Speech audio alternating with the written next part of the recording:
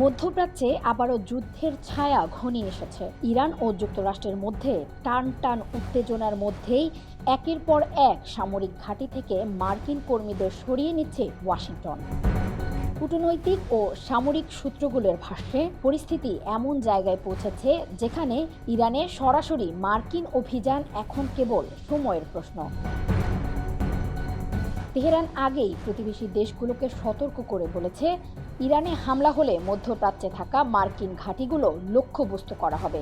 এর পরপরই মার্কিন কর্মীদের প্রত্যাহারের সিদ্ধান্ত আসে।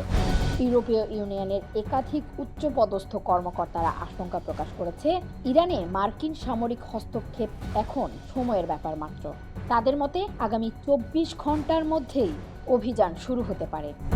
একই দাবি করেছে ইসরায়েলের কর্মকর্তারাও। এরই মধ্যে ইরানের উদ্দেশ্যে রওনা দিয়েছে মার্কিন বিমানবাহী রণতরী।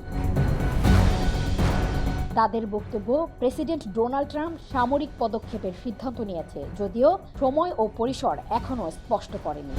কাতারের আল উদেইদ ঘাঁটি থেকেও মার্কিন কর্মী প্রত্যাহারের বিষয়টি নিশ্চিত করেছে দোহা। তবে কূটনীতিকদের মতে এখনও বড় পরিসরে সেনা সমাবেশের স্পষ্ট ইঙ্গিত দেখা যাচ্ছে না। বিশ্লেষকদের মতে ইরানের অভ্যন্তরীণ পরিস্থিতি এই উত্তেজনার মূল কারণ। সরকার বিরোধী বিক্ষোভ দমনে গত 2 সপ্তাহে প্রায় 2000 মানুষের প্রাণহানির তথ্য পাওয়া গেছে। মানবাধিকার সংস্থাগুলোর দাবি, নিহতের সংখ্যা 3000 ছাড়িয়ে যেতে পারে। যুক্তরাষ্ট্র বিক্ষোভকারীদের দমনে ইরানের কঠোর অবস্থানের সমালোচনা করলেও তেহরান এই অবস্থার জন্য যুক্তরাষ্ট্র ও ইসরায়েলকেই দায়ী করছে। সব মিলিয়ে মধ্যপ্রাচ্যের রাজনৈতিক পরিস্থিতি এখন বিস্ফোরণের দ্বারপ্রান্তে।